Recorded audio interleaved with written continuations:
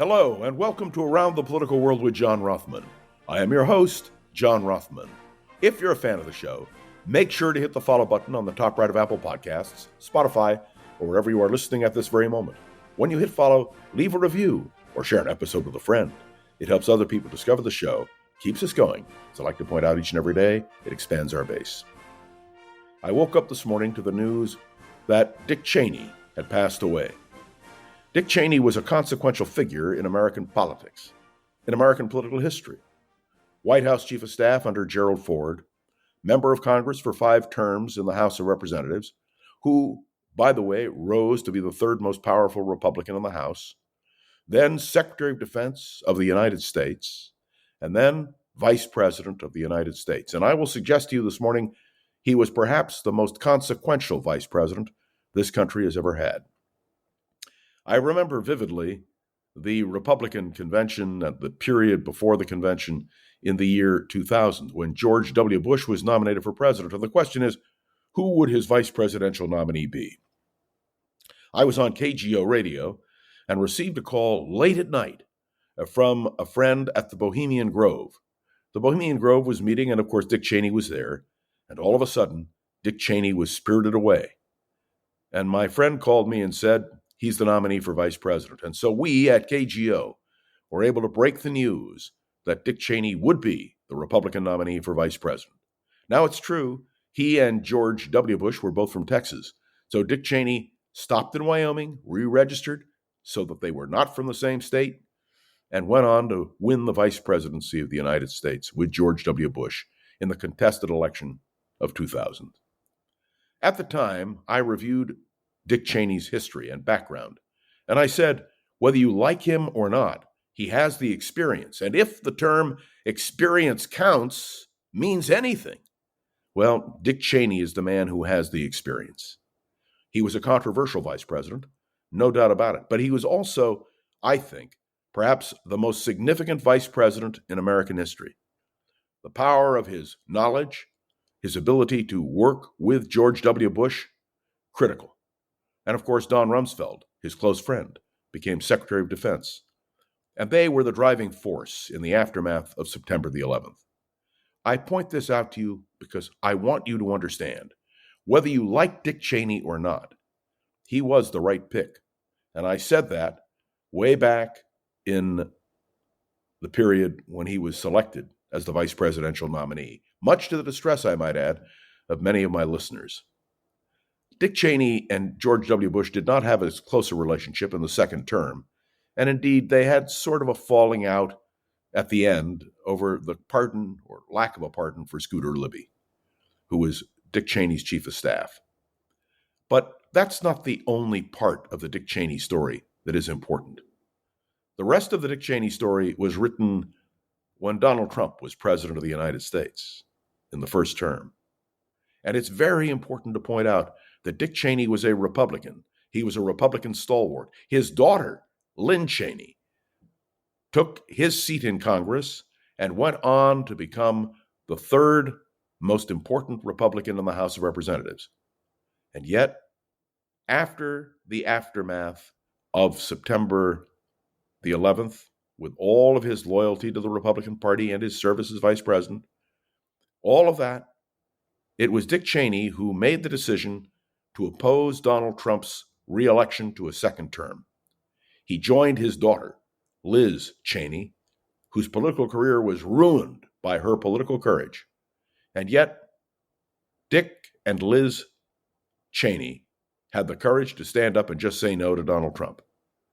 I want you to know that whatever you thought of Dick Cheney, he was a man of tremendous integrity. He was a man who wanted to do what was best for his country. He believed that Donald Trump was a genuine threat to democracy. He stood tall with his daughter in opposing Donald Trump and saying that keeping him out of the White House was one of the most important things we could possibly do. And of course, there is no doubt that although they failed in their quest to keep Donald Trump out of the White House, both Dick and Liz Cheney stood with courage. I want to say a word about Lynn Cheney, the wife of Dick Cheney, a fine political historian. She and her husband co-authored a book called Kings of the Hill. And I have an inscribed copy in my library. I treasure it. And I want you to know, of all the books I've read on the House of Representatives, the Cheney's book, Kings of the Hill, is without a doubt one of the most remarkable. I urge you to get a copy and read it. It's well worth it. It talks about the importance of the House of Representatives, which I would point out to you in this podcast is still not in session. May I say that I regret that Dick Cheney was never Speaker of the House. I think he would have been a more constructive speaker than Newt Gingrich, and I think he would have been a more constructive speaker than Speaker Johnson today. There is no doubt about it. So this morning, I want to pay tribute to one man who made a difference, and whether you agree with him or not, he was a great American patriot, and I would suggest to you the right man at the right place at the right time. From the administration of Gerald Ford until his death, Dick Cheney stood tall. But I want to remember another individual who also stood tall and made a difference in history. This day marks the 30th anniversary of the assassination of Yitzak Rabin, the Prime Minister of Israel. When he died, I was asked to do a commentary on television and on the radio, but particularly the television part of it, and I suggested that, like George Washington, Rabin was first in war, first in peace, and first in the hearts of his countrymen. Rabin was the architect of the victory in 1967, the Six-Day War. He was the architect, in the end, of the agreement which came about called the Oslo process. He and Shimon Peres, who didn't really like each other, but who worked together to try to bring a secure peace in the Middle East. And in the end, he was gunned down because of those efforts. Let me be clear. I don't know how history would have been different if Rabin had lived. But I know that the fact that Rabin lived at the time that he did made a difference in the history of Israel. All of us regret, mourn the passing of Yitzak Rabin. It may be 30 years, but the impact of that death haunts us to this day. So the lesson of today's podcast is very simple. One person can make a difference in history. Dick Cheney most certainly did. Yitzak Rabin most certainly did. And today, the consequences of the actions of individuals in history are more important than ever. This is John Rothman.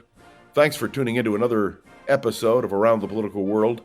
I am, as I said, John Rothman. Make sure to follow along.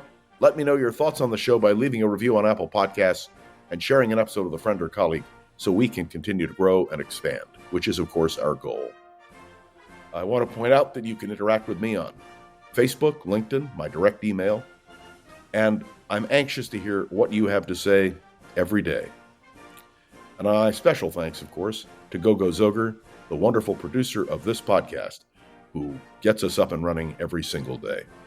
And to all of you, this is John Rothman. I'll be back with another episode of Around the Political World with John Rothman tomorrow, right here. See you then.